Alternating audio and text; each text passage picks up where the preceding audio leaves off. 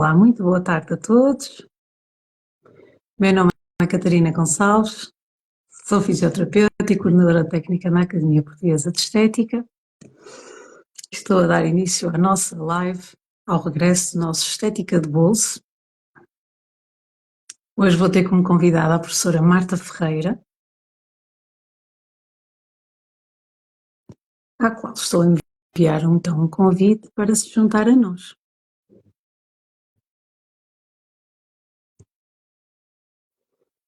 E vejo aqui que a professora Marta já cá está. Olá, bom dia. Olá, bom dia ou boa tarde, estamos assim naquele limiar. Exatamente, Bem-vinda, sim. professora Marta, como está? Tudo bem consigo, Catarina, também? Tudo bem, tudo bem, muito feliz, estamos de volta à nossa estética de bolso, Exatamente. já lá vai há algum tempo, e não poder estar mais feliz do que começar consigo, Marta, acho que já faz algum tempo que não nos juntávamos assim à conversa. Portanto, é um grande gosto e, em nome da Academia Portuguesa de Estética, muito obrigada por ter aceito o nosso Uhum. convite. Obrigada pelo convite.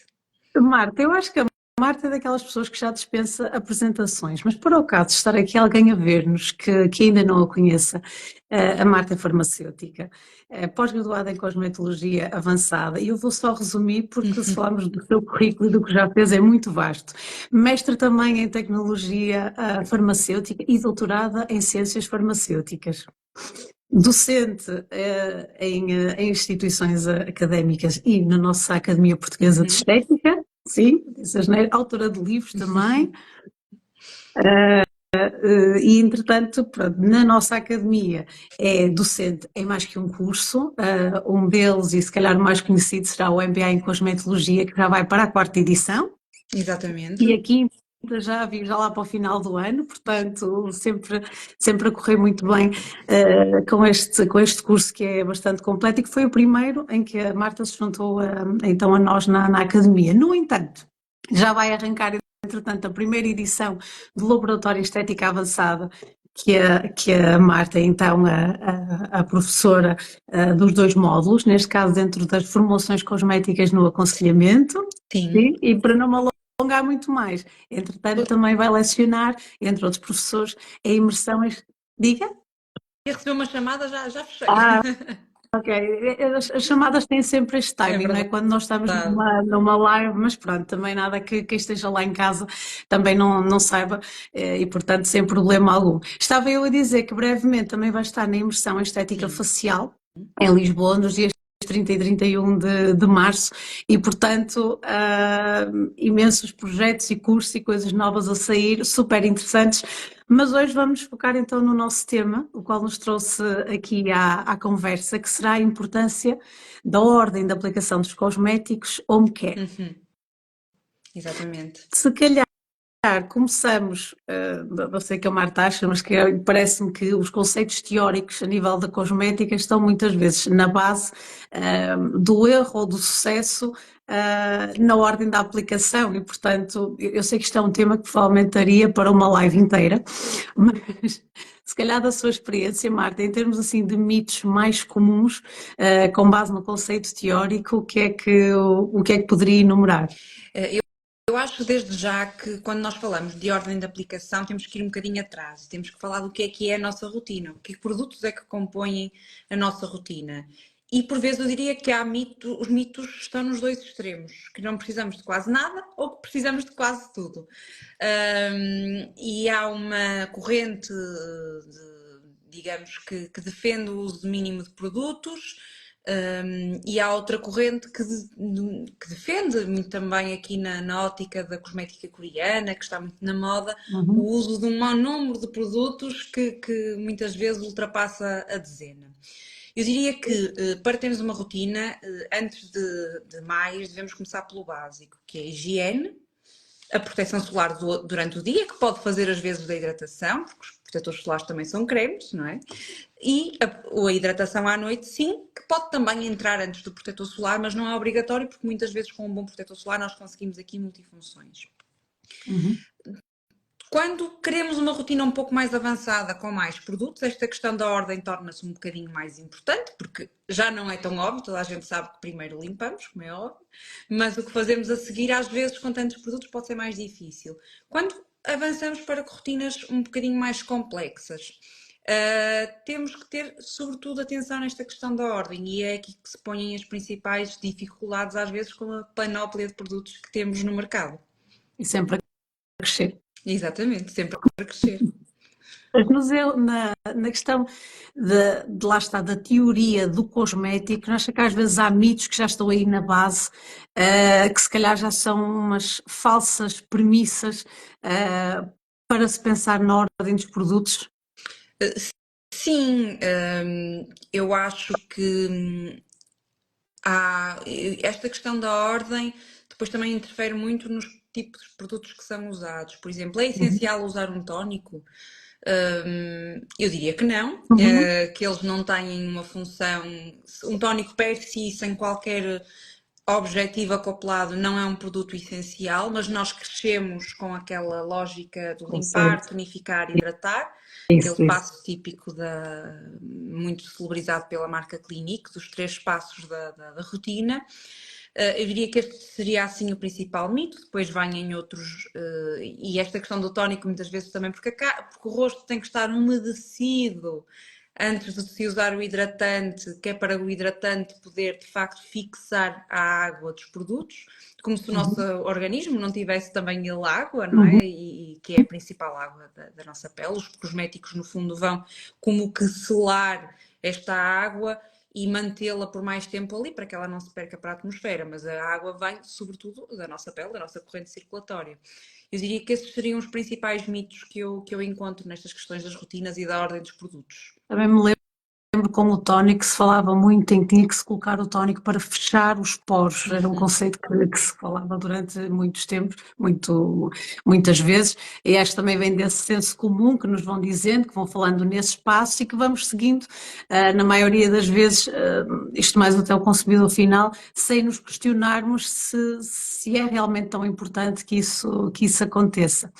Mas falando então de etapas, e agora não de ideias pré-definidas, mas do que é que a ciência diz, que é uma coisa que a Marta defende muito e fala muito, e isso é sempre muito interessante ouvir o seu ponto de vista. Falando então das várias etapas possíveis, há mesmo um número de etapas que deve ser sempre respeitado, independentemente da pessoa ou da pele? Eu diria que há aqueles mínimos que nós falámos, a limpeza, a proteção solar e a hidratação. Diríamos então que seriam 3, que podem ser 2 de manhã e 2 à noite. Limpeza e proteção solar de manhã, limpeza e hidratação à noite.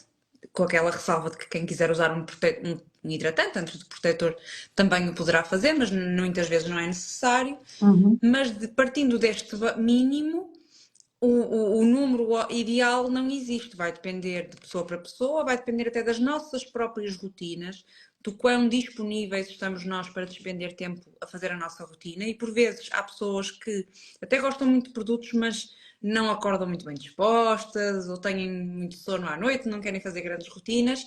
E é mais importante nós estabelecermos uma rotina que seja realista, que vá ao encontro das vivências da pessoa, do seu estilo de vida, do que propriamente estar aqui a idealizar um número de passos que muitas vezes nem sequer têm um grande fundamento. Portanto, parte muito daqui. Eu gosto de começar da base, estes 3 produtos, e depois ir crescendo só na medida em que seja necessário, porque se for possível ter uma rotina com 3 passos que vá ao encontro de todas as necessidades, todas as Uhum. preocupações da pessoa a quem fazemos o aconselhamento, tanto melhor. Melhor para nós e melhor para a pessoa, que pode despender se calhar mais dinheiro naqueles produtos individualmente e não tem que despender o seu orçamento nem o seu tempo por uma panóplia de produtos tão grande. Muito bem.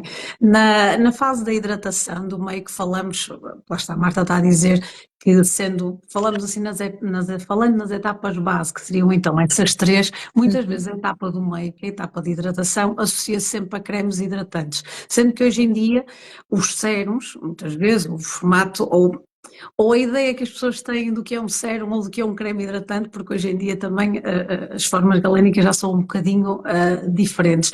Mas eu acho que ainda há muito esse conceito de quando se fala de hidratação é um creme Uhum. hidratante, quando na verdade não tem que o ser, Exatamente, certo? sobretudo se tivermos uma pele muito oleosa, não é? Uma pessoa com uma pele muito oleosa muitas vezes beneficia dos ingredientes ativos de um sérum e aquele sérum que tradicionalmente se calhar nós ligaríamos para um produto mais em solução, e o que é que eu quero dizer com isto? Um produto que só tem uma fase aquosa e pode ser gelificado ou não. Hoje em dia nós temos uma panóplia de sérums completamente diferentes, com formulações muito distintas, e já encontramos sérums em emulsão, ou seja, que combinam aqui uma fase aquosa com uma fase oleosa, ainda que mantendo-se líquidos, não chega àquela viscosidade do creme, e encontramos sérums até que poderiam facilmente passar por loções ou por cremes, que já entrariam aqui numa viscosidade um bocadinho maior. Portanto, a hidratação, o sérum e depois os próprios. Porque é que eu falo aqui de fase aquosa e de fase oleosa? Porque se é verdade que os componentes aquosos, os umectantes e a água propriamente dita, já fazem aqui uma hidratação relevante ao manter na pele os ingredientes por mais tempo, manter a água ali aglomerada, quase que presa por mais tempo, é a componente oleosa com alguma ação filmogéneo, ou seja, com alguma ação maior ou menor de fazer uma película protetora sobre a pele que vai impedir realmente a perda de água para o exterior. E esta ação filmogénea pode ser maior ou menor, consoante nós temos uma pele mais oleosa, em que nem queremos uma ação filmogénea muito grande, porque muitas vezes também, isso depende de outros fatores, mas muitas vezes também vai tornar a pele mais oleosa.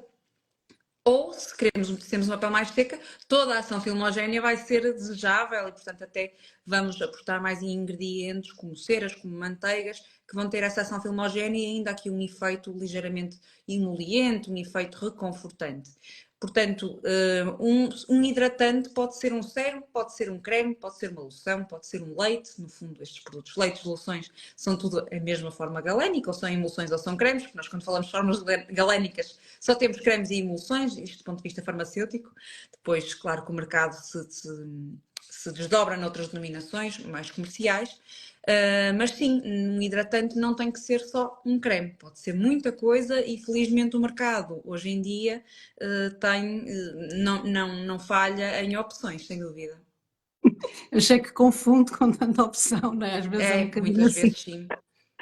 eh, por essa vertente comercial, de que as marcas, pronto, acaba por ser um negócio cosmético e um negócio que está sempre a crescer e, portanto, de facto, as marcas também tiram partido dessa vertente. Também sinto que muitas vezes, às vezes os profissionais, mas sobretudo os clientes finais, se confundem um bocadinho pelas etapas, pela ordem que é aconselhada pela marca.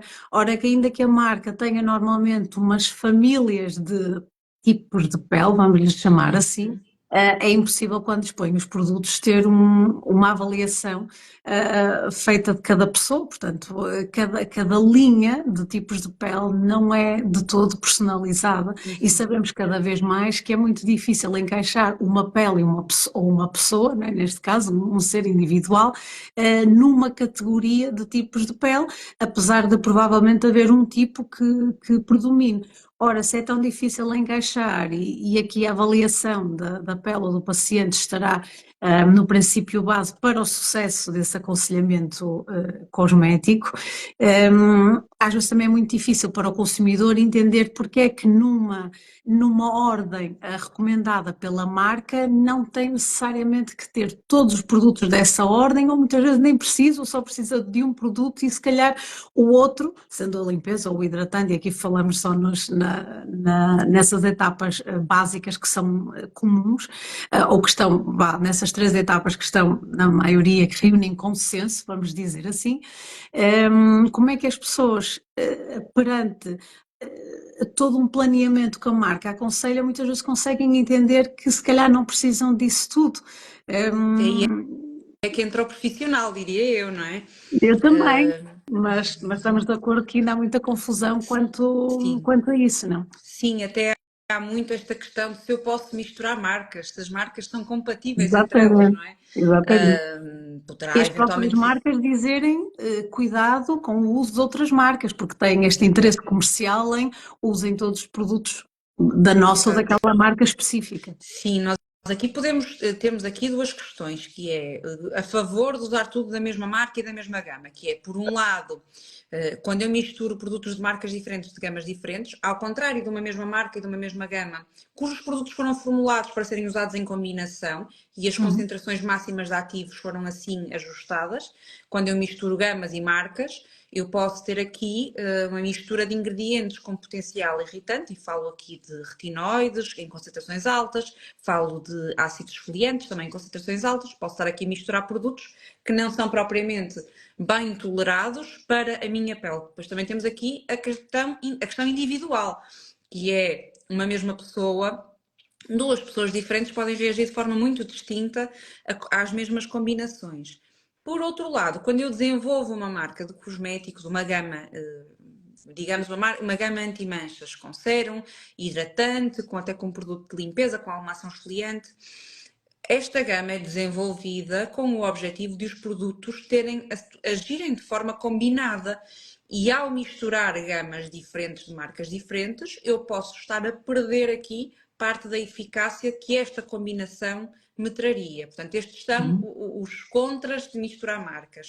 Só que quando nós temos um profissional a mediar isto, o profissional saberá perceber até se deseja aquela ação combinada, porque eu posso querer um sérum anti-manchas para uma pessoa que até fez um peeling recentemente, que até está um bocadinho sensibilizada, Uhum. sensibilizada, não irritada, e só querer mesmo aquele sérum porque eu sei que é bem tolerado, e até nem querer o produto de limpeza muito esfoliante porque sei que vai ser negativo nesta fase. Portanto, o profissional tem que ter a capacidade de olhar para as gamas e para cada um dos produtos e perceber se faz sentido fazer misturas ou se aquela gama até corresponde inteiramente às minhas Cidade. expectativas para aquela pessoa que tem à minha frente. Mas, de facto, a combinação de marcas dá-nos aqui uma possibilidade de termos rotinas verdadeiramente personalizadas. Porque imagine-se que numa determinada gama anti-manchas, uma vez mais, o produto de limpeza é em mousse e a pessoa nem gosta de produtos em mousse, prefere um gel. Quer dizer, eu vou estar aqui a comprometer a adesão à rotina, que é tão ou mais importante do que os produtos propriamente ditos da rotina, por um motivo que eu, como profissional, deveria facilmente saber obviar e deveria saber procurar uma opção mais adequada para a pessoa que tem à minha frente. Claro, sem dúvida. Onde aí na base a capacidade do profissional, primeiro do cliente procurar um profissional Sim. e não isso simplesmente dirigir-se a um balcão, a um sítio e basear-se em aconselhamentos de pessoas amigas que forçosamente vão ter peles diferentes ou do que vem online e portanto aí sempre muito importante dirigir-se a um profissional e a um bom profissional que tenha essa capacidade de além de avaliar bem a pele ou a condição que estamos ali a falar, ter esse conhecimento para poder fazer o aconselhamento da melhor forma.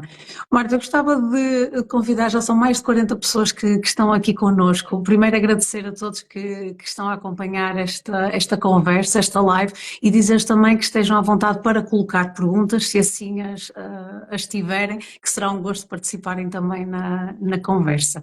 E então vou voltar ao nosso tema, logo ao início, porque é que então esta ordem de aplicação é tão importante? Sim, nós quando falamos de ordem de aplicação, a verdade é que não existe uma ciência exata nisto. E com um mercado tão diverso, com fórmulas galénicas tão diversas, com produtos com modos de aplicação tão diversos, e agora lembro-me, por exemplo, de uns produtos que estiveram muito na moda, que eram uns sérums esfoliantes que a pessoa aplica e lava. Onde é que já se ouviu falar de um sérum? Disseram, Tem grandes concentrações de esfoliantes, portanto isto não é linear. E o que eu gosto sempre de recomendar é que tenhamos em atenção aquilo que o fabricante do produto diz e, pontualmente, saibamos adaptar à realidade e até à rotina de cada pessoa, porque também sabemos que há produtos que, em teoria, se devem usar de uma determinada forma, mas como profissionais nós podemos entender que para aquela pessoa seja mais adequado usar de uma forma um pouco distinta. E veja-se, por exemplo, os retinoides. Em princípio, os produtos com retinoides são para usar todos os dias, mas numa fase de adaptação adaptação, nós sabemos que é conveniente recomendar aplicações intervaladas para que garantamos, quando a pessoa inicia os retinoides ou quando sobe um pouco a sua concentração, para garantir a sua tolerabilidade. Portanto, dito isto, existe aqui uma regra geral que nos diz que, primeiro, os produtos de limpeza, e acho que esta não seria necessária estar aqui a dizer, e que a partir dos produtos de limpeza nós utilizamos o produto desde o de mais baixa viscosidade até para o de mais alta viscosidade. Ou seja, seria produto de limpeza, tónico, e agora também temos as essências. Eventualmente também temos o sérum, mas também podemos ter ampolas. E depois sim, o produto hidratante, pode ser em leite, pode ser em loção, pode ser em creme, a posteriori. Temos ainda os óleos, muito celebrizados agora recentemente. Os bálsamos seriam produtos, bálsamos, pomadas, seriam produtos de base unicamente oleosa e que fariam então de facto aquele revestimento, quase um selamento da rotina. São produtos mais raros, mas que numa cosmética mais francesa são bastante populares. E, embora sendo, no caso dos óleos, produtos de baixa viscosidade, ficariam em último lugar aqui pela sua componente oleosa, que atrapalharia de alguma forma a penetração dos produtos de base aquosa. Só que nós temos aqui sempre alguma exceção, porque imagine-se que o meu óleo, e isto às vezes acontece, até é a minha fonte de ativos. Eu vou ter interesse em aplicá-lo antes do meu hidratante para maximizar a penetração dos ativos desse mesmo óleo. Mas normalmente nós sabemos aquilo que é verdade, é que normalmente a fonte de ativos, se não for o próprio hidratante, será o sérum. E mais raramente seria o tónico ou a essência, embora possa conter alguns ativos, normalmente eles estão mais diluídos e não são a grande fonte de ativos da rotina. E, portanto, o sérum teria que ser aquele produto do qual nós privilegiaríamos a penetração e, portanto, seria dos primeiros a serem aplicados. E aqui, se não aplicarmos um tónico ou uma essência em grande quantidade, a priori não teremos necessidade ou não teremos razões para achar que eles vão prejudicar a penetração do sérum.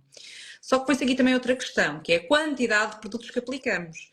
Porque imagine-se que eu faço a minha rotina às 10 da noite, vou-me deitar a seguir e coloco muita quantidade de produto e fico com a cara cheia de produto e depois o produto vai todo para a almofada, não é? Não tem tempo de absorver, não vai para o meu rosto. Portanto, também temos que ter cuidado aqui com este aspecto, usar uma quantidade adequada e não há regras, uma vez mais. Há pessoas com rostos maiores e rostos menores, há pessoas que com uma pele mais seca, que num hidratante vão usar mais quantidade, naturalmente, que uma pessoa com uma pele mais oleosa. Podemos ter algumas guidelines, muitos fabricantes até as dão, 3 a 4 gotas, uma pipeta cheia, dependendo do produto, mas normalmente estas 3 a 4 gotas para um sérum, por exemplo, é a regra mais padrão dentro da indústria, mas a verdade é que cada pessoa, no fundo, depois tem as suas experiências e os seus gostos e vai sempre fazer essa sua adaptação. O passo em que eu acho mais crítico discutir a ordem é quando falamos de protetor solar. E não só discutir a ordem, mas também discutir a quantidade de produtos que aplicamos. Porque se no exemplo que eu dava há pouco, ficarmos aqui com uma quantidade de produto quase a boiar na pele e depois passa todo para a almofada, não é muito grave, no fundo estamos a desperdiçar dinheiro, na pior das hipóteses. Quando falamos de proteção solar, esta quantidade de produto que não assenta na pele pode ser problemática. Pode ser problemática desde já, porque se o produto não assenta, ele vai acumular-se numas zonas do rosto e outras vão ficar por proteger. E quando nós falamos de proteção solar, mais importante até se calhar do que o SPF que utilizamos é a quantidade do produto que utilizamos. Porque um SPF 30 já é muito elevado, embora a proteção UVA já não seja tão elevada, mas já é muito elevado. Quando nós recomendamos um 50, é muitas vezes por sabermos que a pessoa não vai aplicar uma quantidade adequada. E com um 50 teremos uma maior probabilidade de que a quantidade que fica à superfície da pele seja suficiente para obter a proteção, o grau de proteção desejada. E se tivermos uma pele em que o protetor solar fica ali a boiar por cima de um sérum, de um tónico, de um hidratante, às tantas até, quiçá, de um óleo, nem quero imaginar, vamos ter ali um protetor solar ali em cima que não vai estar a fazer a sua função. Por outro lado, quantos mais produtos usarmos na rotina matinal, maior a probabilidade de haver os ditos esfarelamentos, de começar o protetor interagir negativamente com o hidratante, com o sérum e a formar resíduos sólidos que podem dever-se ou à insolubilização de produtos de protetor ou até do próprio sérum, quer dizer, estamos uma vez mais com zonas do rosto desprotegidas. E quando nós aumentamos a proteção solar, um SPF, aquilo que queremos justamente é minimizar a quantidade de pele, de área de pele que é desprotegida, porque quanto mais área de pele desprotegida houver, maior eritema, maior vermelhidão vai haver, menor depois o fator de proteção solar vai ser. Portanto, em regra geral, o protetor solar é o último passo da rotina matinal, isto sem contar com a maquilhagem, que normalmente a maquilhagem vai ter que entrar no fim, não é? Porque não há outra alternativa, mas o protetor solar será sempre o último passo da rotina matinal, com esta ressalva de que de manhã, idealmente, se não temos um tempo infinito para os produtos secarem entre aplicações, usar o mínimo de produtos possível. Não só é mais realista para o nosso estilo de vida, como é a melhor forma de garantirmos que o protetor solar faz então a tal película contínua sobre a pele que vai garantir uma proteção uniforme. Bem, e a aplicação, agora que está a falar sobre a proteção solar, também é quem defende, ou se fala hoje em dia, da proteção solar noturna, para pessoas que eventualmente trabalhem fora de horas, estejam mais expostas à luz azul, aos computadores. Qual é a sua opinião em relação a isso, Marta? Eu não vejo necessidade disso. Aquilo que nós sabemos é que a luz azul de facto existe nos nossos computadores, nas lâmpadas LED, mas é numa quantidade muito pequena, infinitamente mais pequena do que aquela que vem da radiação solar. Há até um estudo que estima que seria necessário estar exposta ao sol diretamente. Ou melhor, seria necessário estar exposto a um ecrã de um computador durante uma semana contínua ou 5 dias contínuos para ter a mesma quantidade, número de fotões quase a chegar de radiação UV, de radiação azul, que eu tenho num minuto de exposição ou numa hora de exposição, era assim uma estatística, mas para o efeito é ridículo a comparação, em Hamburgo, que é uma cidade da Alemanha que não é propriamente a cidade mais soalheira deste planeta. E, portanto, estamos a falar de quantidades muito pequenas. Poder-me-ão dizer, mas ao fim de muitos anos isto contribui, tudo soma para o dano solar. Na verdade, sim, mas em termos práticos, quanto disso é que é visível? Quanto disso é que se transforma em manchas? Quanto disso é que se transforma em dano? Ou seja, temos que pesar aqui, não é? Quanto de transtorno é que eu vou ter de usar um protetor solar à noite e eventualmente até abdicar de um produto com ativos que me seriam mais benéficos para ter um benefício incerto e que previsivelmente será ínfimo, não é? Eu tenho que balancear isto tudo. Muito bem. Estamos aqui a Ana Vieira, que há bocado comentou que sempre lhe disseram que o tónico serve para equilibrar o pH da pele, que foi desequilibrado pela limpeza feita anteriormente com o leite ou com o gel. Sim. Isso era muito comum antigamente quando nós limpávamos o rosto com sabões. Os sabões são constituídos por sais alcalinos e esses sais alcalinos vão deixar um vestígio no nosso filme hidrolipídico que vão deixá-lo mais básico, mais alcalino.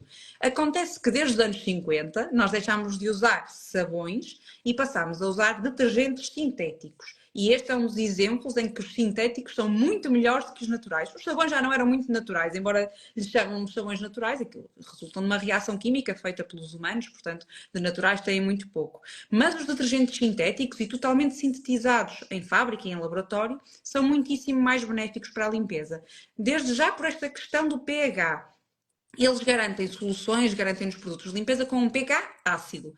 Muitas vezes é um pH de 6, não é de 5,5, como nós gostamos de 4,5, 5,5, que é o gold standard para a pele, mas não nos podemos esquecer que a pele é um tecido epitelial, ou seja, um tecido muito compacto, muito resistente. E, portanto, estas pequenas variações de pH não vão ser muito impactantes quando falamos da pele. Se falarmos de mucosas, mucosa oral, mucosa ocular, isso não se aplica, mas na pele estas pequenas diferenças, estou a falar de 1 ponto de pH, não são assim tão impactantes. Já se falarmos de um sabão com pH 9, 10, isto pode ser muito relevante. Depois, estes detergentes sintéticos também nos garantam uma ação lavante muito mais suave do que os sabões antigos.